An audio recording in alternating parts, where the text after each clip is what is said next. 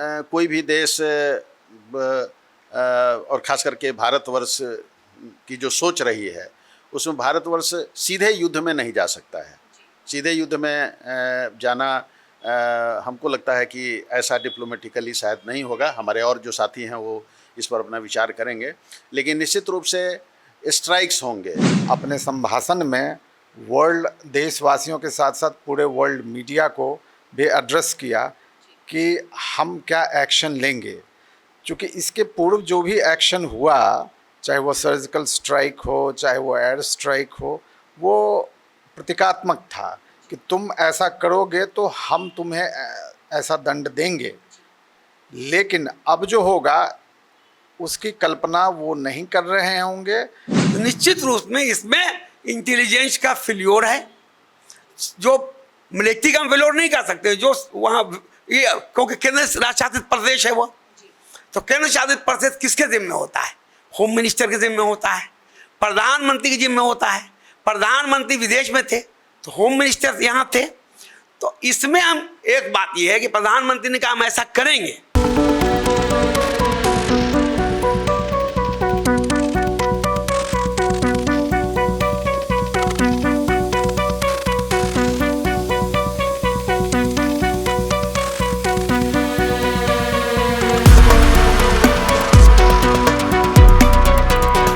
नमस्कार, मैं निशा Shri first look Bihar में आप सभी दर्शकों का स्वागत करती हूं, जहां हम देखते हैं खबरें जो जानना है ज़रूरी। और आज हम देश के जो सबसे बड़े मुद्दे हैं उसी के ऊपर चर्चा करने के लिए जा रहे हैं। और वो मुद्दा है जो हमारे प्रधानमंत्री जो आज मधुबनी आए थे, और मधुबनी आए तो थे वो पंचायती राज दिवस के अवसर पर, लेकिन पूरा देश जो आज उनके इस भाषण पर नज़र टिकाए बैठा था कि ये जो पहलगाम में जो आतंकवादी घटना हुई है उस पर उनकी प्रतिक्रिया क्या आती है। और उस घटना के बाद प्रधानमंत्री की जो पहली प्रतिक्रिया है वो आई, और उसे देखकर, उसे सुनकर पूरा देश जो है वो एक वॉर के मूड में आ गया है।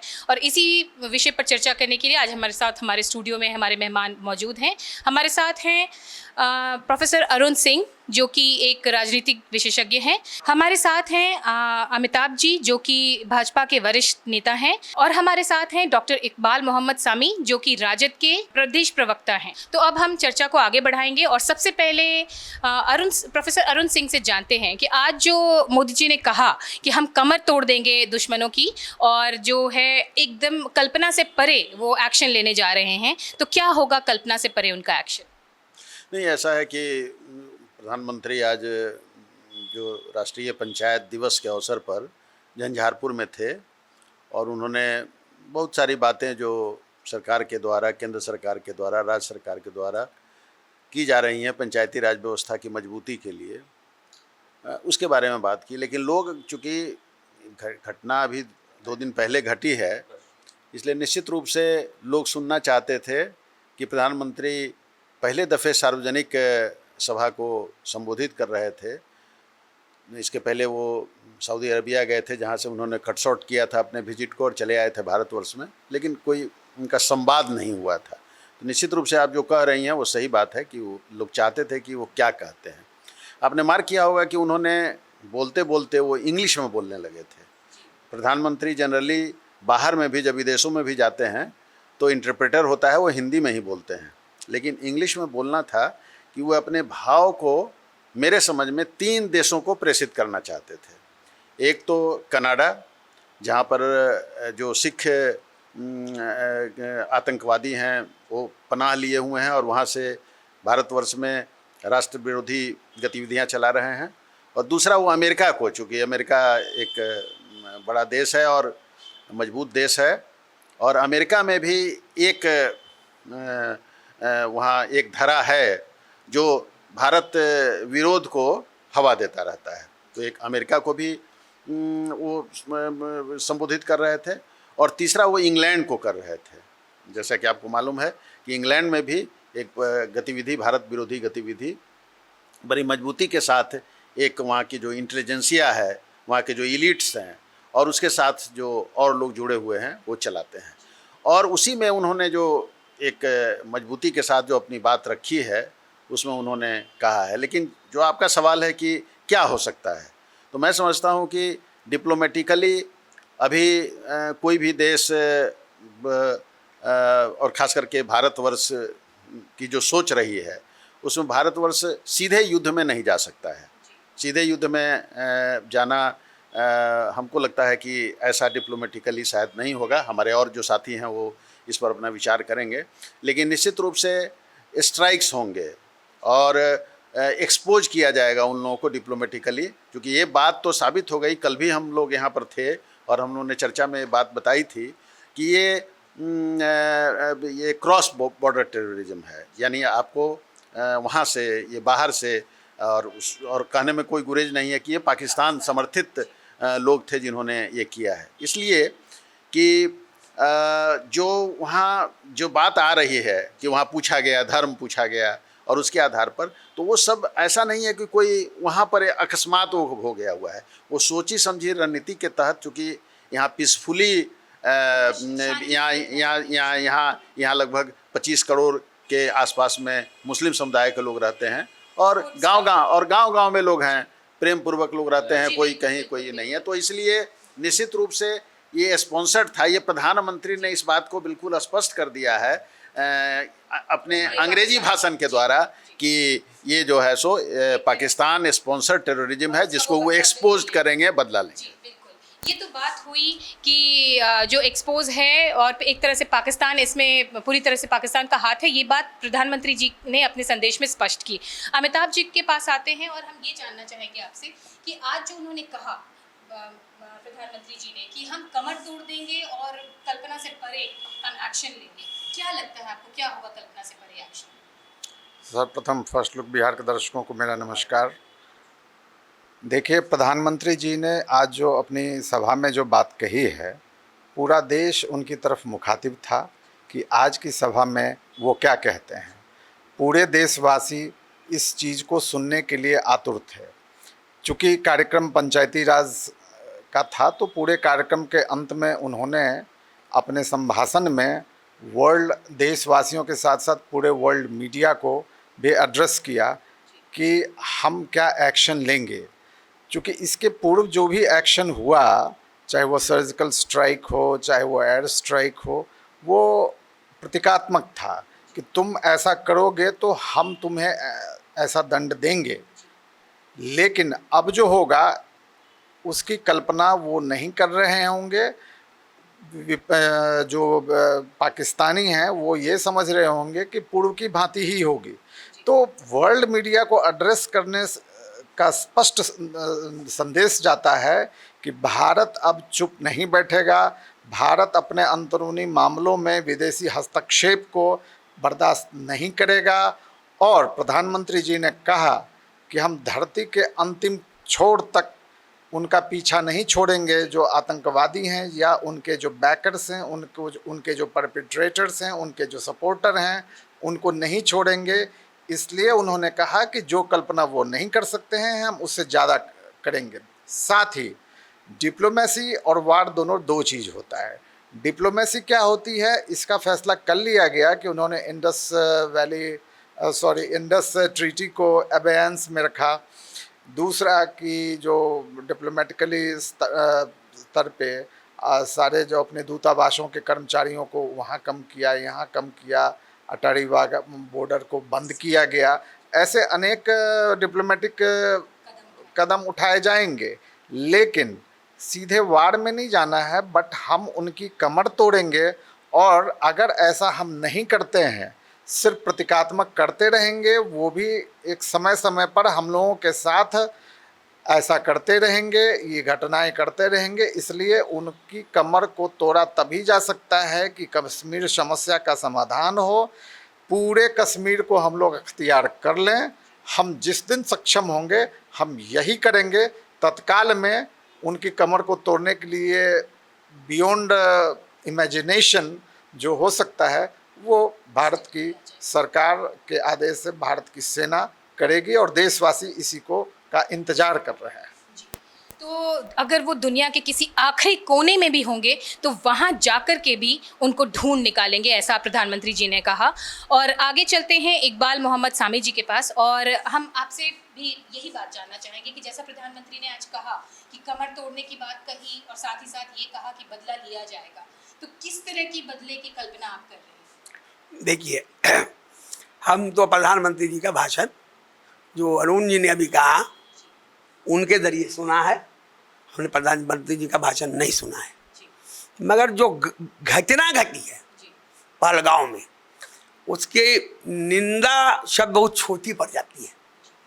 वो बिल्कुल पूरी तरह मानवता की हत्या है, और इसलिए कि जो लोग मारे गए हैं वो बेचारे टूरिस्ट थे, वो दिल बनाने गए थे, और कश्मीर का जो उत्पादन कुछ नहीं है, टेररिस्ट ही जो टूरिज्म के लोग जाते हैं उस राज्य में, वही उसका उत्पादन होता है।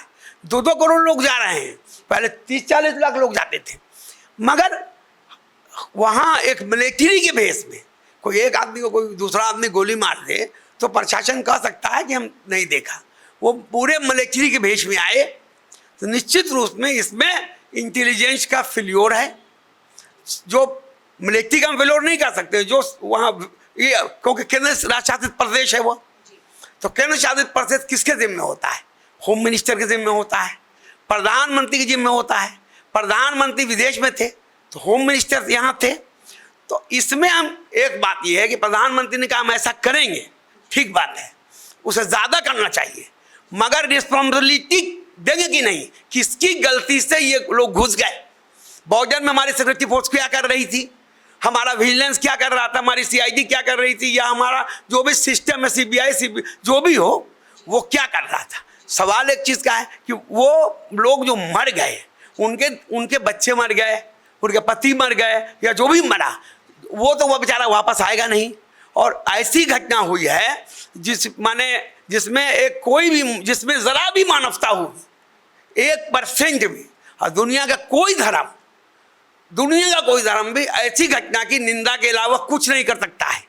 एक आदमी भी अगर कोई उसके समर्थन में खड़ा होता है तो निश्चित रूप से वो आदमी नहीं है, ना उसमें राष्ट्रीयता है, ना उसमें देशभक्ति है।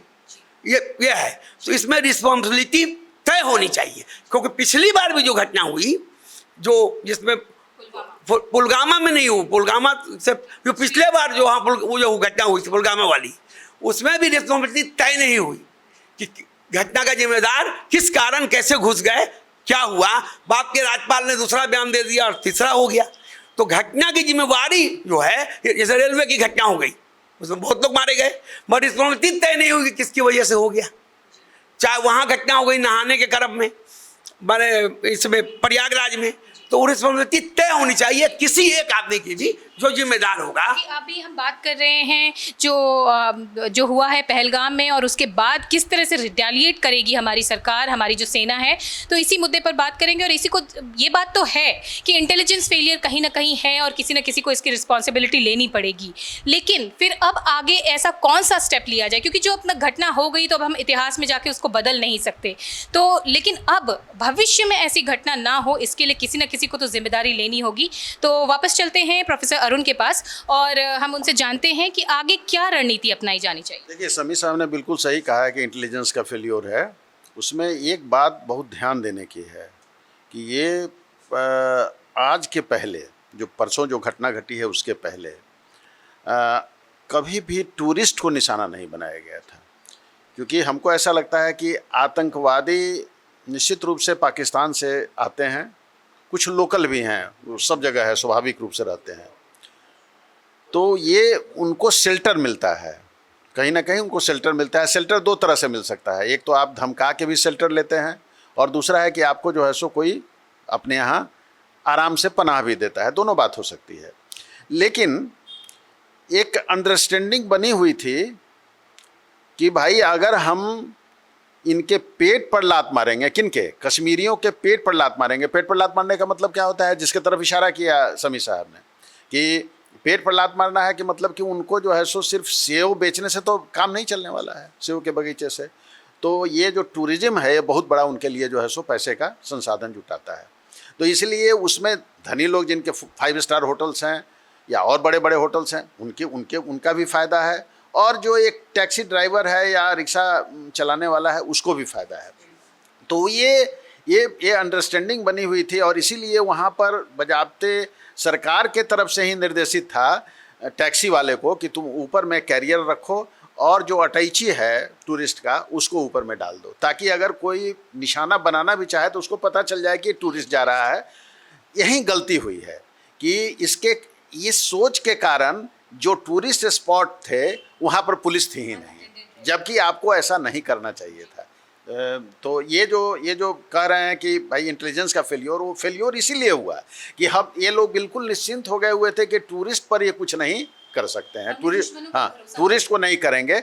और ये अभी स्ट्रेटेजी उसने बदल दी, इसलिए बदल दी कि अब पाकिस्तान डेस्परेट हो चुका है। उसको लग रहा है कि साहब हम जो है सो अब कश्मीर का जो सपना हम देख रहे थे वो सपना, और जो पाकिस्तान के अंदर जो इमरान खां के साथ जो चल रहा है, इमरान खां को ज़बरदस्ती आप जेल में बंद करके रखे हुए हैं। अभी जो सेना का लोग है वो जो है सो प्रभावी वहाँ हो गया हुआ है। मुनीर को आपने सुना ही कि मुनीर किस तरह से अपना उनका वक्तव्य आ रहा था। तो इस सब के कारण पाकिस्तान भी ध्यान बटाने के लिए वो चाहता है कि साहब भले कश्मीर के लोग जहन्नुम में चले जाएं, लेकिन हम कुछ ऐसा करें। इसलिए दोनों जो बात हुई है, टूरिस्ट पर अटैक भी और धर्म के नाम पर पूछ करके ये हिंदू है उसको मार दो, ये भी हुआ है कि ताकि भारतवर्ष के अंदर जो हिंदू मुस्लिम एकता एक बनी हुई है, एक हर जगह बनी हुई है, तो वो एकता टूट जाए और यहाँ पर कम्युनल वायलेंस हो जाए भारतवर्ष में। ये भी पाकिस्तान की सोच है।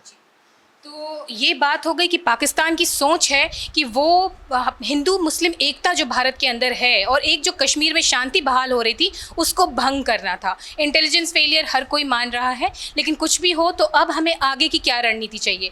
तो वापस हम फिर से जाते हैं अमिताभ जी के पास, और हम आपसे भी यही जानना चाहेंगे कि ठीक है अब जो हो गया, लेकिन आगे की क्या रणनीति होनी चाहिए। अब हमें दुश्मन की बात पे तो भरोसा नहीं करना है कि टूरिस्ट साइड हमारा अनडिस्प्यूटेड रहेगा। देखिए, कश्मीर जो है वो पाकिस्तान की दुखती रग है और कश्मीर हमारा अभिन्न अंग है।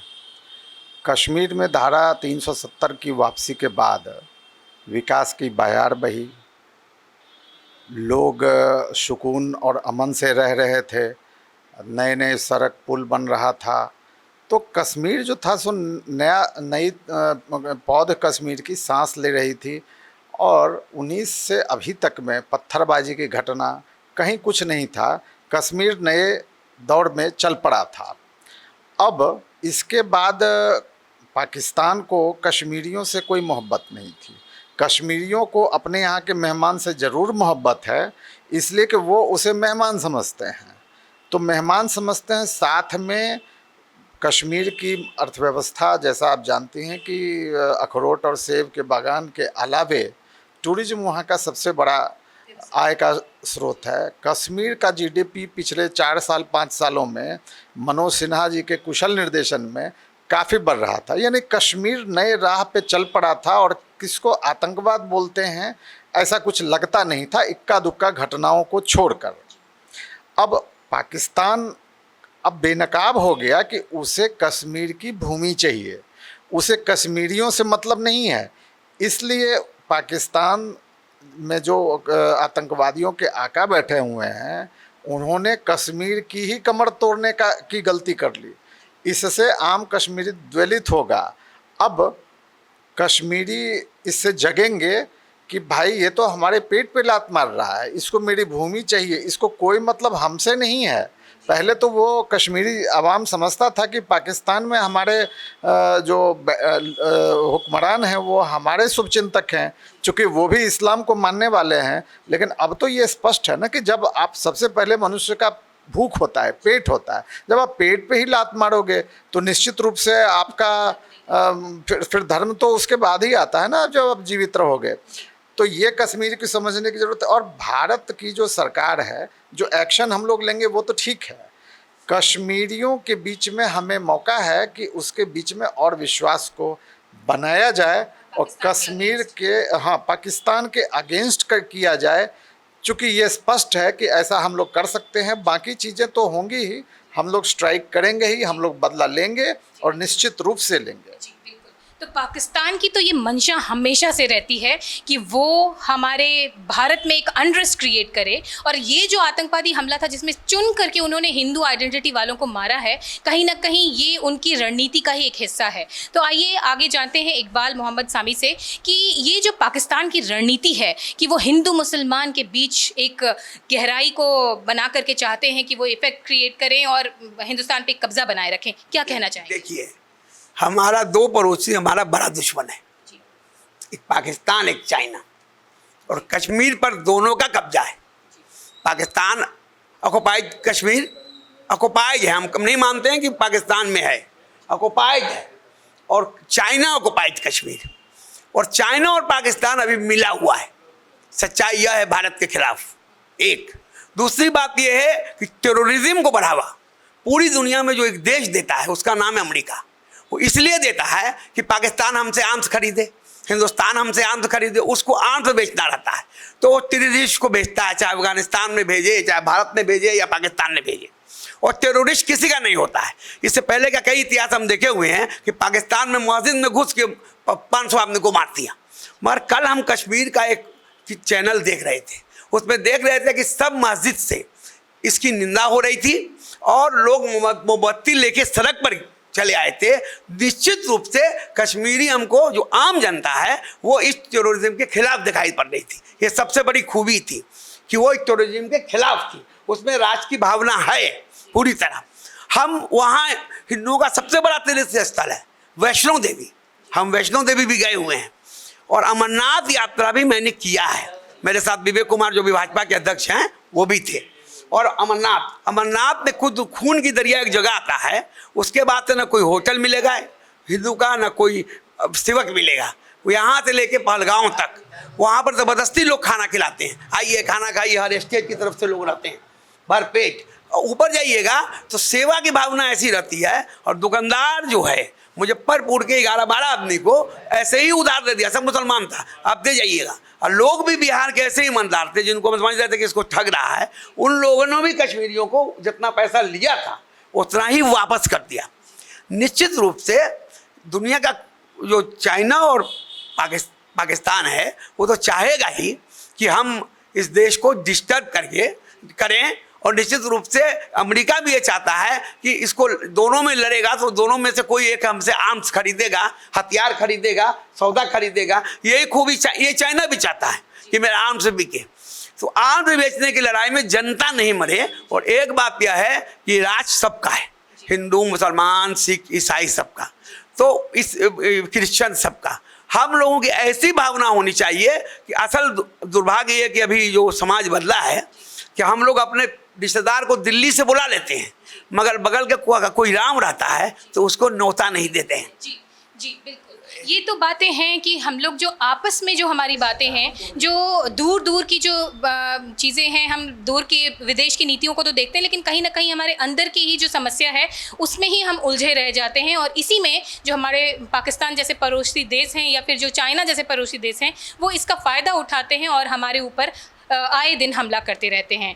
तो जिस तरह से कि आज हमारे प्रधानमंत्री ने स्वयं कह दिया है कि इस चीज़ का बदला लिया जाएगा, और जो चर्चा हुई इसमें भी इस चीज़ स्पष्ट किया गया कि पूरे जो हमारे भारतवर्ष का जो माहौल है अभी वो पूरी तरह से इसका रिवेंज चाहता है। तो इस वक्त में जब अगर इसको हम कहते हैं कि एक वॉर या फिर एक कठिन परिस्थिति है, तो हमें अपने दिल को भी मजबूत करके रखना होगा। ऐसा ना हो कि जिस तरह से पुलवामा में छिटपुट जो एयर स्ट्राइक किए गए थे और अभिनंदन जी के जिस तरह से उनको वहाँ पर अरेस्ट कर लिया गया और उसके बाद हम बौखला उठे, तो वो हमें अपने अंदर एक स्थिरता लानी होगी कि जब भी हम इस तरह के रिवेंज बैटल में जाते हैं तो हमारा कुछ नुकसान होता है।